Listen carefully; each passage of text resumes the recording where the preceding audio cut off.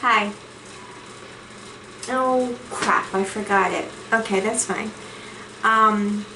So I was at a reading thing today, but I was reading online about the things they want you to do for your depression and the things that a lot of people can't do for their depression because they're just not there yet. They're not ready, they're not there, they're still trying to get their mindset right, feel themselves out, think. Think about yourself. Think about your depression. Okay, that was depression. Then there's a whole new thing about panic attacks. And I forgot the doggone book. So, anyway. And the book I have is not the best either. I'll show it to you in the next doohickey. In the next video I make, I'll show it to you. It's about panic attacks and all of the symptoms that you will feel. All panic attacks, it just seems to be a little bit of a snippet of the things. You get the racing heartbeat, you feel doom, you may feel like you're gonna die, you sweat, you can't catch your breath, you may get chest pains, just the basic, which are bad enough. Basic things that are whatever. My hair's a little bit messed up. All that stuff. So what dropped my hair clip. So what I wanted to say about the anxiety panic attack book that I have in there is that ouch. Okay, I'm not a hairdresser. Never claimed to be. It says the same thing. I have so many depression, anxiety, panic attack, which anxiety and panic attack do go together. An anxiety attack is more mellow, usually. Well, yeah, and then it crosses over into a panic attack. That's when you have bad panic. So, I have it all. Anyway, for years, I was often told while I was still trying to drive and still trying to work and hold it together, when I'd have a panic attack, I would get up at work. I worked at a hospital for 10 years. I would get up at the desk and I would leave and go into the restroom because I always had somebody else working with me so I could do that. And I would sit in the stall and I would breathe and try to calm down and breathe and try to calm down. Well, I learned to live with a fast heart rate, a beat rate. I learned to live with a very fast heart rate. Yeah, God, I tell you, I'm just something else here. And I would go back to my desk and still feel it. And I wouldn't tell anybody. They would just say, you're a little red in the face. And they'd say, yeah, I know, I just had a hot flash or something. Yeah, that's what you do. You learn to become the great pretender with this stuff. And I did. But living with your heart rate going fast, how does that sound better? All the time, it's not normal, and it's not right. There's something going on. So I didn't like that feeling, and I was skimming through the book after I did the other video, and I remembered that when it came up. I remembered that, and I'm thinking, I don't like this. This is not, it's not normal. And to lay in bed and have a resting pulse, and I was working, and I was having to walk, and I was having to move, and having to push people in wheelchairs and do all that. So I was actually getting exercise as well as wearing high heels. So it's just, my resting pulse should have been a lot lower than it was. And I ran in the high 80s and I ran in the 90s while sleeping. And the other thing was I could feel it pounding in my chest. I never did anything about it except contributed to my diet. At the hospital, when I was working there, I was drinking soda. I was having soda from the cafeteria and fountain soda, and I was eating chocolate, but not as much, because I wanted to, you know, not get too much of that crap in me, because I knew how it made me feel. But when you are, I couldn't put my finger on it, first of all, really, in the beginning. I couldn't put my finger on it. I just knew I didn't grow up with that feeling. You're getting older. You're going to start having these things come in. So I thought about that and said, well, that could be it. That could be it. Went with it for years. I mean, many years. Okay. So here I am. I'm going to be serious for a second. If you're seeing a psychiatrist, a psychologist, or anybody in the mental health field, and you have panic attacks, no matter how they come, no matter what, if you have, say, we like to throw a number on them, a 3, that's pretty minor. That's doable, right, for most people. We can go through a 3. We can usually breathe through it, close our eyes, or look around, whatever it takes, music in the car, house, whatever. We can usually go through that, and they usually go away. But when you have a panic attack that you feel anxious, you don't know why, and then here it comes, and it's growing, and it's growing, and it's climbing that ladder of numbers, and you're having a good panic attack where you're like, oh God, I can't breathe. Oh God, I can't be here. Oh God, I gotta get here. Oh God, I can't do this. I can't do that. I have some chest pains. This, that, and the other. Don't play around. Even though you have panic attacks, I used to get treated. In one of my prior videos, I was going to the ER a lot. They knew me. So as I walked in the door, they knew me. And they would assume they knew why I was there, which wasn't always true. I ended up there one time because I got thrown off a horse. But there I am again. So they'd take my blood pressure and they'd go, you know, I was like, I don't know, 30, 33, 34. And they'd say, it's a little high for your age. You know, you're walking around. I said, I'm trying to burn off cortisol and adrenaline. And the lady, they just sit down, have a seat, relax, and breathe. So I would. And then they would take it out again later after taking other patients. They'd say, your blood pressure's now normal. So it kind of became a safe place for me. I'm like, okay, you know what? And they still charged me though, of course, and taking their time, I would leave. There were some days I couldn't stop the panic attack from happening, and I just stayed away from that. I guess she was an RN, she had to be an RN, she had to be a nurse or a technician, something of that sort. I'd stay away from her or whoever was working in that area so they wouldn't tell me to sit my butt down because I couldn't, and try to walk it off. Walk it off. At the same time, hear when I'm called, but walk it off. And no, you can't do it. I can't do it. Well, I don't know why we say you. I just guess everybody's like me. Everybody's not like me. No one's like me. So, and I'm not like you. Wait a minute. Quiet. Much quieter. So, you learn the tricks, the tips, and you go with them, and you want to be taken serious. So I remember one day going back, and I've seen, gosh, several doctors. I'm quite sure many have retired since then, and some were quite young and probably still there and moved on. Who knows? But I remember seeing a lot of different doctors when I went in, and you're having a panic attack. We have it on your chart. Yes, you do. Because I'm having these anxiety. I feel really anxious. I need to calm down. And I would tell them, the first thing I'd say is, I'm not here for drugs. And I was not. I'm here just to feel better.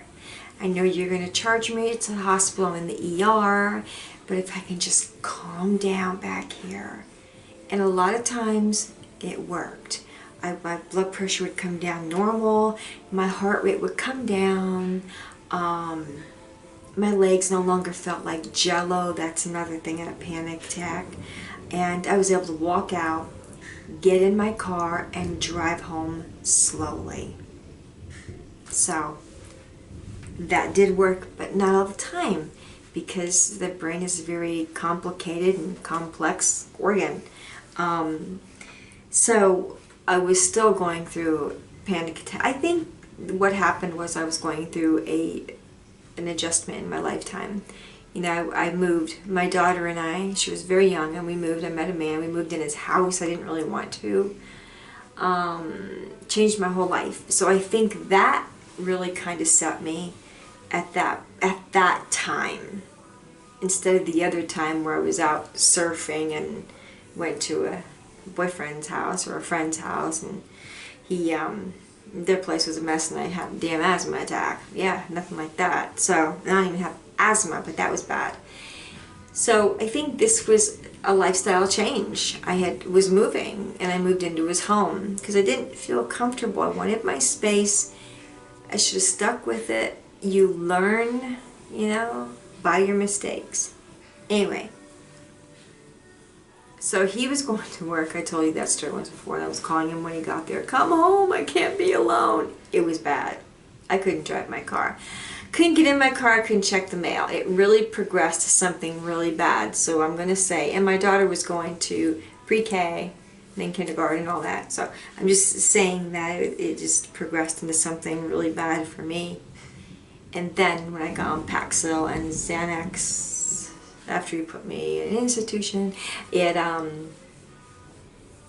life came back as I knew it. Before then, but not complete, because I wasn't doing my part in that job. So, going through this book today about panic attacks, only about panic attacks now. Doesn't talk about my depression or anything else. My agoraphobia, just talks about panic attacks. Good, they're all good books. I'm not an expert, and I'm not a doctor. I just want you all to hear me. But I tell you, when they give you all these symptoms, these are not all the symptoms that many people are going to feel.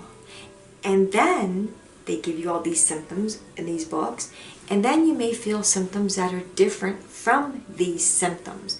And then you may feel all of the symptoms listed. But I went outside of that. It was early evening. I went outside of that. Every symptom of a panic attack ever read in a book, I went outside of that. I had a panic attacks can last, I don't know, a few moments. If I'm right on that, I don't know about the few moment thing. Don't remember reading a few moments, but minutes to hours. Mine, I thought I was doing okay. I don't know what happened, except we were traveling all day around. I felt good. We were driving around the neighborhood, and we ended up at our shopping center to get food that night before we came home. And I walked in, I couldn't see. You've all heard this if you looked at the other videos. I couldn't see, so I'll just leave all that out, how that happened. But needless to say, you can make your own blood pressure go up, and white coat syndrome, all that good white coat hypertension, all that crap is very true, very real, because I have it. I had it a long time ago, and then I got over it. And then it came back and reared its ugly head again. But that day I thought I was doing good. I can't remember the day specifically now. It's been over a year. But we were just back and forth. This little store, this little store, this little store, this little store. And I was really, really pushing myself. Really, really, really pushing myself. So I thought, I'm doing good. I'm doing really good. Yeah. And in fact, I had moments, oh, that was one thing I did do that I did not mention. I was on Klonopin at the time. I'm on diazepam now, Valium. But I was on Klonopin at the time, and it was prescribed not even, yeah, it was 1 milligram 4 times a day. I had cut back slowly so I wouldn't feel it slowly. I had cut back to 2 a day from 4. So I was taking 1 when I woke up and 1 before I went to bed, and that was all I was on. Period. That was it. I don't think it was enough for me with the type of person that I am. So that could be one reason why. I won't know. The doctors don't know. They don't care about that part. All they cared was that I was not in a good way. So anyway, back on the topic of this book and these books of panic attacks. A panic attack mimics a heart attack. So first of all and foremost, if you think you're having, now they told me, you're your 20s. Chances are rare. Bull on that. People have had heart attacks in their 20s. Athletes, people do strenuous things, just got done working out, or not. Yes. They've done autopsies on, I believe, 20-year-olds and 17, 18-year-olds and whatever, and they've already found blockages in them. Okay. So, never ever, just for your safety, because I didn't ever think that you're just having a panic attack, because they mimic a heart attack in so many ways. Chest pains are common for women. Pain back here in the shoulder, the neck, the jaw, rapid heartbeat, sweating. Don't just think it's a panic attack if you're just doing something and it comes on. That's usually how it happens. Panic attacks, I used to wake up with them. I'm like, what the heck? Really? This life was so rough. I used to wake up, go to bed feeling good, and wake up in the middle of the night, and by God, I could not understand what was wrong. I'm having a freaking panic attack. And I would sit it out. I would sit it out and fall back asleep. I had nothing except I was taking magnesium at the time. I guess it helped. Anyway, so, again, they mimic each other so very closely you don't know the difference. This last time I ended up in the hospital, which was a little over a year ago, was a game changer for me.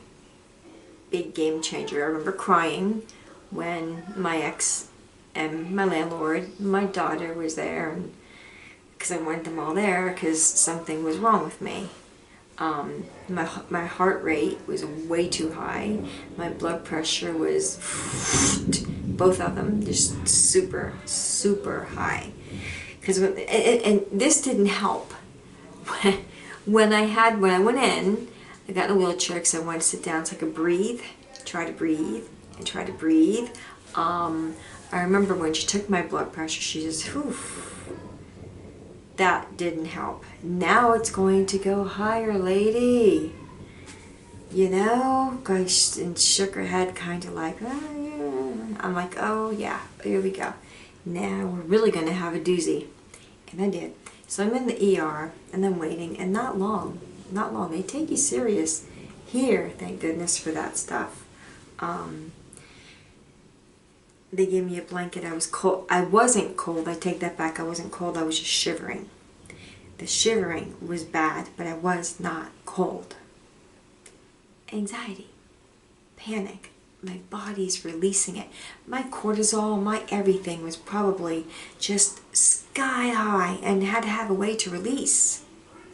And I did really feel like getting up and wanting to run and move. And my legs were like, I just want to go. I could not calm down for nothing. And even when my body started to calm down, my mind would not calm down. My mind would not calm down. I kept thinking, this is it. I'm going to die. Something's wrong. I'm going to die. You hear that? It's thunder.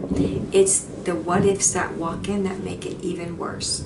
And if somebody says, oh, wow, that's really super high blood pressure for your age, oh, God, don't say anything. Because you just make it go higher. you know? Okay. But she didn't say it. She just kind of, and I seen her do this as she took off the cuff. I'm like, oh God. Man, oh man. Okay. So anyway, my point is this. For years, and I think this is an outdated theory, for years, in all the books, they tell you that a panic attack cannot kill you. Now, I don't know if a panic attack can kill you or not, but I do know that if your blood pressure and your heart rate shoot up super high because you're having a panic attack and you're not coming down from that panic attack, you need to see your doctor. Seriously. If there's no other way that you can bring yourself down. With me, there wasn't. Maybe I should have popped a Klonopin or two. And I don't know. I wasn't going to play around. I couldn't even think after I got home and I wasn't feeling. I felt off. And that's another thing. And they ran all the tests, all the blood work, had the EKG, which to me means shit because I've known people that have died after one. Yeah, someone in my family.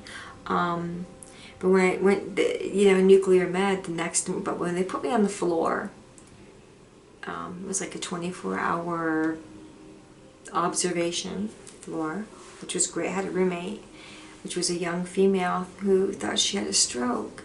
So we talked. It helped me, but they slapped a nitro patch on my chest. They hooked me up to an IV real quick. The doctor, I remember the doctor walking in and saying, I don't advise you go home. Because we don't know why your blood pressure is so high, why your heart rate's so high. We don't, do you? I said, well, I have panic attacks. And he said it shouldn't be that high. I disagree. I believe that because look, here's the way it goes.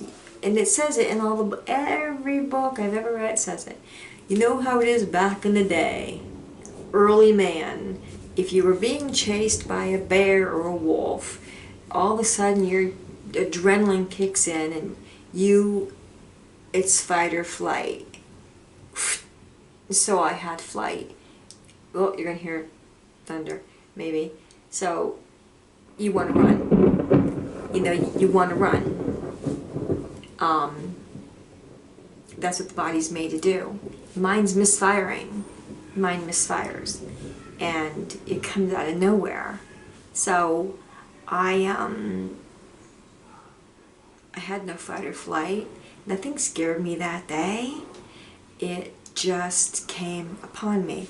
And when I read that panic attacks can come out of nowhere, that makes sense to me. What else do I need to know? Except they found nothing wrong. They told me I had the heart of a 20-year-old. And when they do that nuclear, oh my God, they had to inject me. They wouldn't let me walk the treadmill.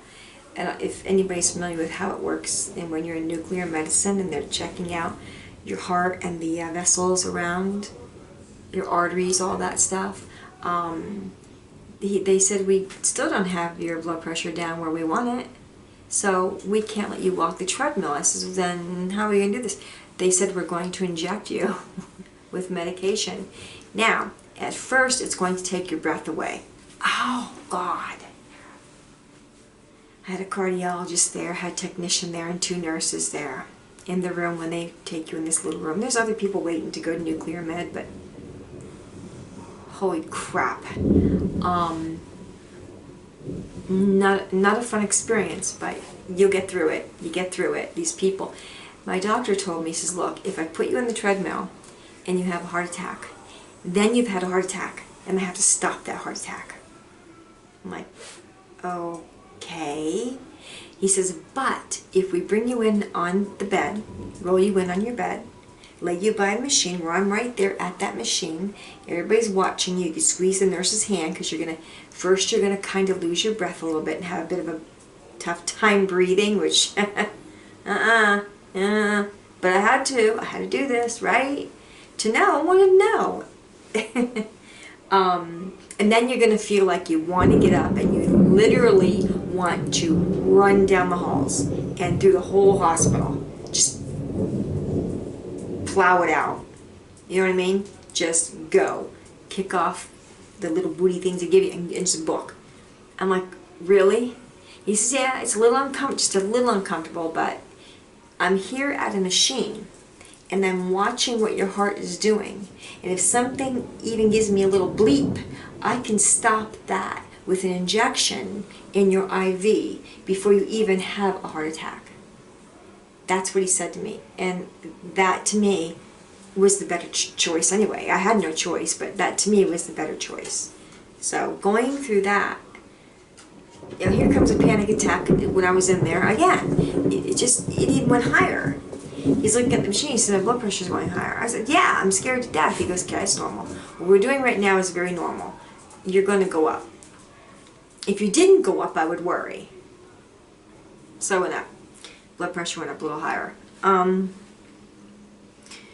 So they did it, and he talked to me. He kept asking me, how do you feel? I said, I have a weird taste in my mouth.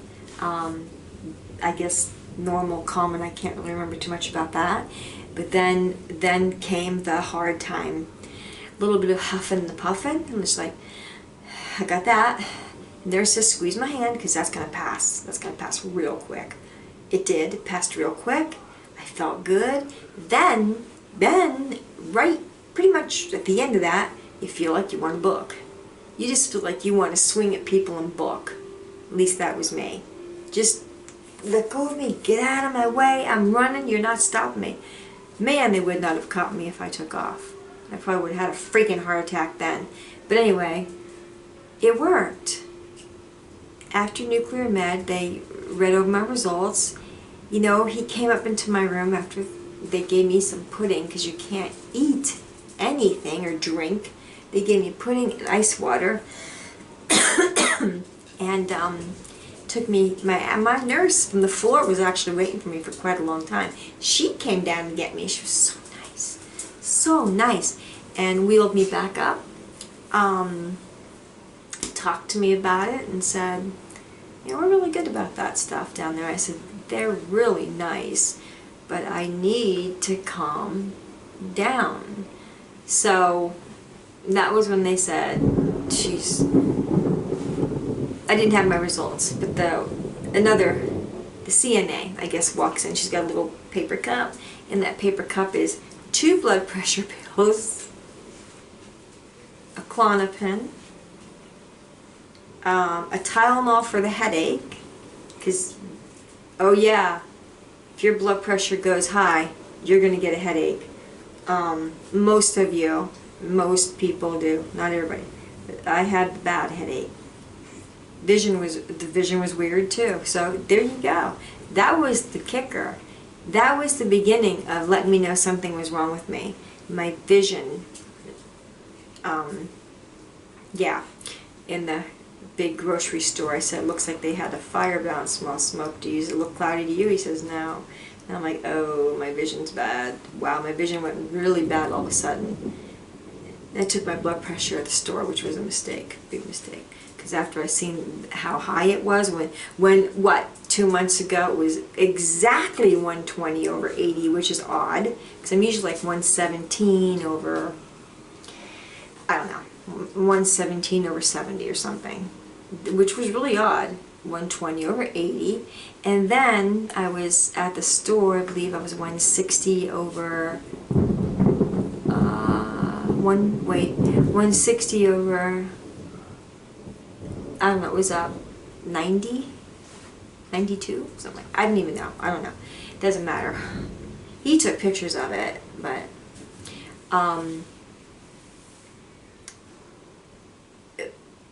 the whole point of this is, I'm not a doctor, and I'm not going to pretend to be, but I live inside this body, and I can tell you the freaky things that panic will do to you. Panic attacks, anxiety, depression, all of them. But the panic attacks, I can tell you what they'll do to you.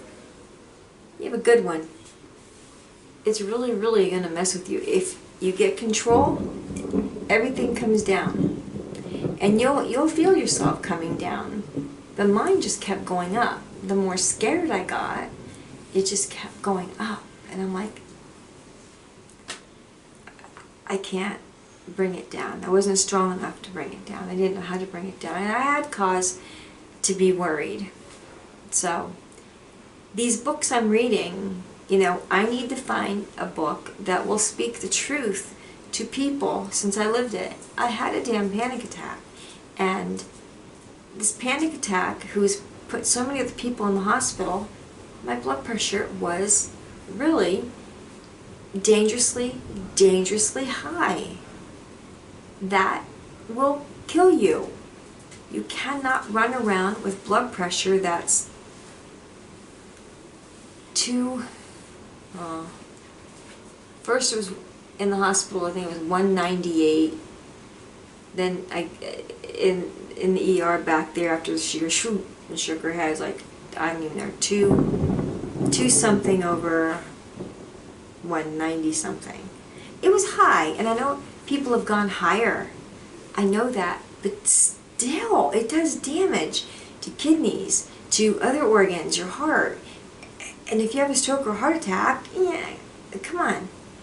And this is all because of a panic attack. We've got to keep ourselves under control as best we can and safe. Panic attacks, to me, are serious business. Serious business. You know, I would not take them any more like I used to with a grain of salt. Because I used to think, oh, it's just a panic attack and it's going to pass. Stop, I need to get out, walk around, breathe, sit down in the grass, wherever we were, feel nature. Nature's my go-to. Feel nature, look at the sky, whatever. And I would eventually start coming back down. But we would always come home because I was done. It saps so much energy out of you, you're done. But what these people, obviously, maybe, could there have been another reason if I were to have died? Or would it have been, honestly, because I had this panic attack and my blood pressure went oh so very high? I have missed my medication before for blood pressure because I'm on a pill for it and heart rate to keep it low. I've missed it and it hasn't gone up. But I don't, you know, they were accidents. If I don't remember the time and write it down, I have to keep a log of it. And I would go, oh crap, I forgot my pill. It's been, you know, one night, it was like 2 o'clock in the morning, I remembered that I had forgotten it, because I don't sleep much. So I remembered, and he said, yeah, you better take it. I said, before I take it, I want to take my blood pressure. And I took my blood pressure, and it was the normal range. You know? So we have to look at panic attacks in a different light. We need to ask, I know my psychiatrist is going to say, no, it will not kill you. I know he will. And I know, now I have a cardiologist, well I did, I don't have to see one, but I should. Yes, actually I'm going to be seeing one for an EKG after this COVID stuff dies down in my state, because it's high here. We're one of the higher states. Lucky us. I'm going for an EKG. I'm going to ask him, can a panic attack, and I'm going to record it, can a panic attack kill you? Because everything goes up. How do I bring it down? If I can't bring it down, what happens? Can they kill you? Bet your cardiologist might say it's possible, or yes. Well, if your blood pressure is going sky high, I would think so, right? Yeah. So this is some food for thought right here.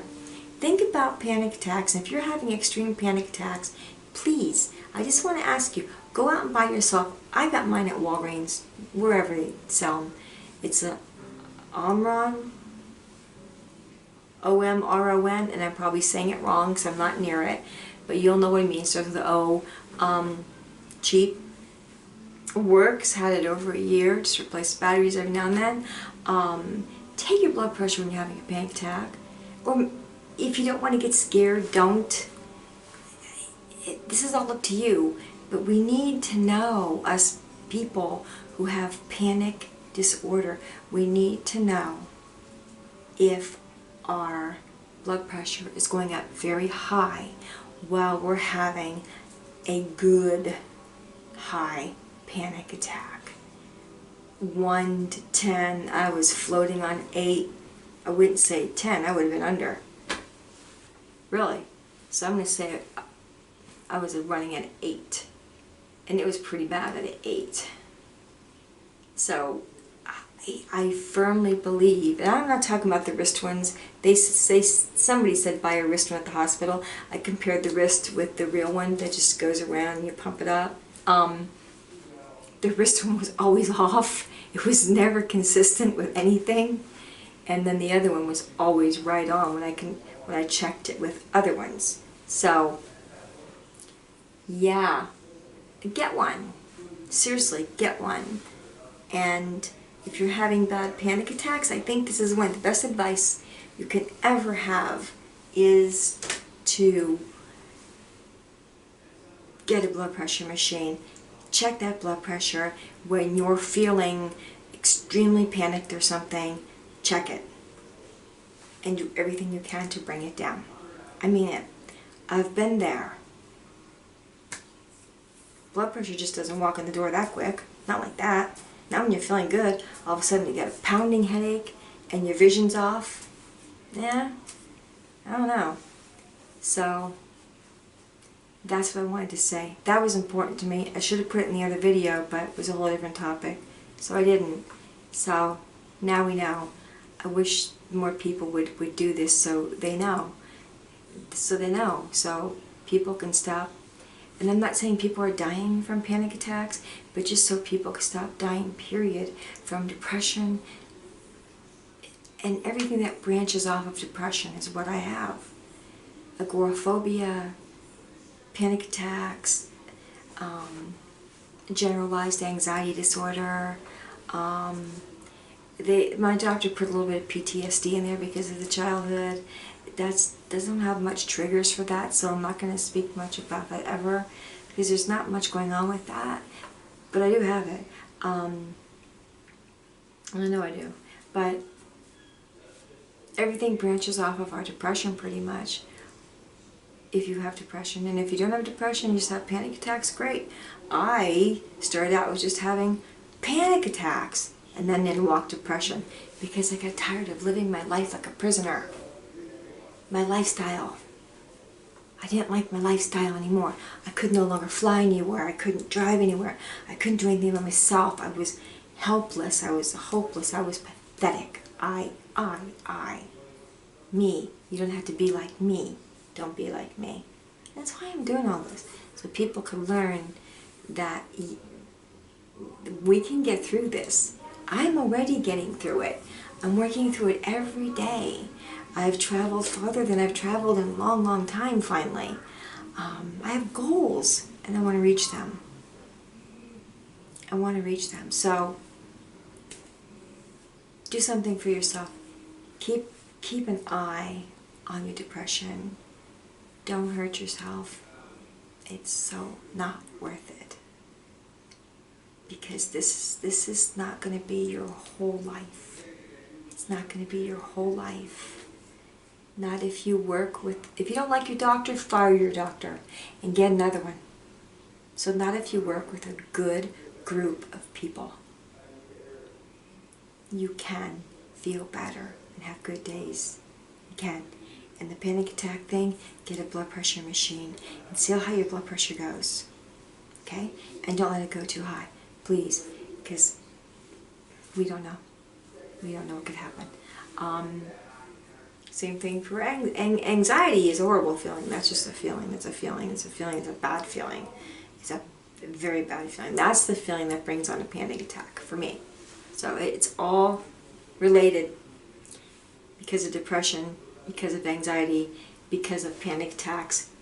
The worst one ever to hit me was the agoraphobia. I don't feel the agoraphobia. I just know I don't want to leave my house. I don't feel it. Yeah. But I feel the panic attacks, and that's the topic. And if anybody ever gets out there and starts finding my videos, if you find a book about panic attacks where it says they can do some harm, Whoever thought depression would kill people? Or people would kill themselves because of depression? Whoever thought that? But they do all the time. They've been. You know, so imagine somebody who lives with a panic attack every day, a bad one. Imagine somebody who lives alone, doesn't know anybody, has no one to talk to, and they're having panic attacks all the time. This is not healthy. This is not good. So, arm yourself. Get your blood pressure machine. Don't ever be embarrassed if something just doesn't feel right, but you can't put your finger on it, and you end up at your doctor's office or the hospital. Don't ever feel embarrassed about that. It's better to know than not to know. Don't be embarrassed. They see it all the time. All the time. And if they think you're there looking for medication, you better have a good talk with them and let them know you're not. And then they'll know if you're there for meds, because you've been there a million times before. Look, and you know they're giving you benzos or something to calm you down. Then they'll start giving you Benadryl is what they'll do, because that's what happened to one of the friends of mine way back in the day. They were just giving her liquid Benadryl and sending her home because she was looking for drugs. No, don't go in there wanting drugs. Be real. They'll know if you're having a panic attack. Your blood pressure is going to be up. Your heart rate's going to be up. They're going to know. That's why. They know. So, again, arm yourself. Fight this.